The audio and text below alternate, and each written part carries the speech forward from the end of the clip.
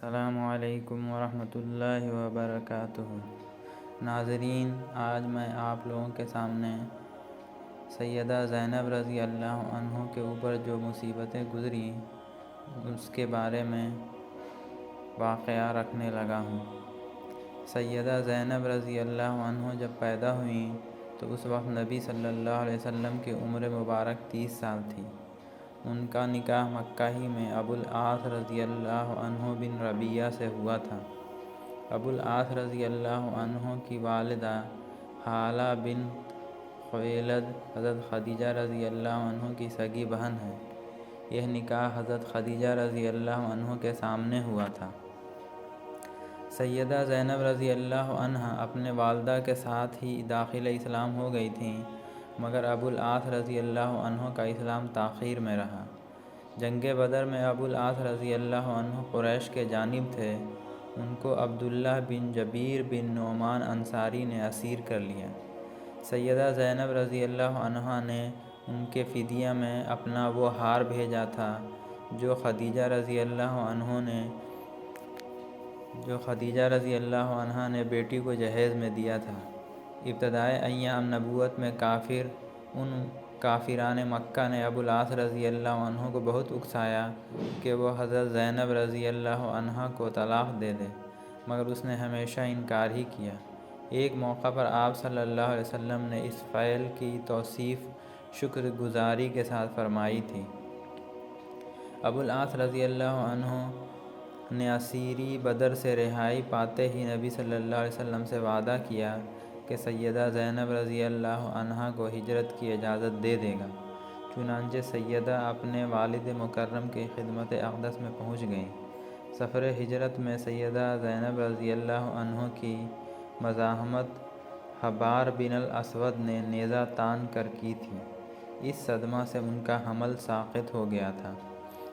حبار بن الاسود فتح مکہ کے بعد مسلمان ہو گیا تھا اور رحمت للعالمین صلی اللہ علیہ وسلم نے اس کا جرم معاف کر دیا۔ نبی صلی اللہ علیہ وسلم نے ان کی منقبت میں فرمایا ہے، یہ میری بیٹیوں میں افضل ہے، میرے لیے اسے مصیبت پہنچی۔ ابو العاص رضی اللہ عنہ کو سیدہ زینب رضی اللہ عنہ سے بہت محبت تھی۔ ابو العاص رضی اللہ عنہ 6 ہجری میں تجارت کے لیے شام گئے تھے۔ اس وقت قبیلہ قریش مسلمانوں کا فریق جنگ تھا، اس لیے ابو بصیر و ابو جندل رضی اللہ عنہما کے ہمراہ ہی مسلمانوں نے، جو اسلام لانے کے جرم میں قریش کے قید میں رہ چکے تھے اور اب سرحد شام پر ایک پہاڑ پر جا گزین تھے، اس قافلہ کا تمام سامان ضبط کر لیا، مگر ابو العاص رضی اللہ عنہ کو گرفتار نہ کیا۔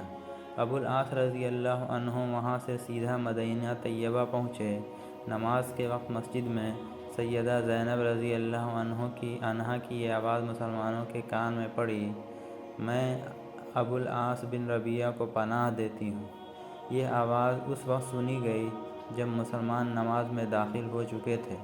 نماز سے فارغ ہوئے تو نبی صلی اللہ علیہ وسلم نے فرمایا، لوگو تم نے بھی کچھ سنا جو میں نے سنا ہے؟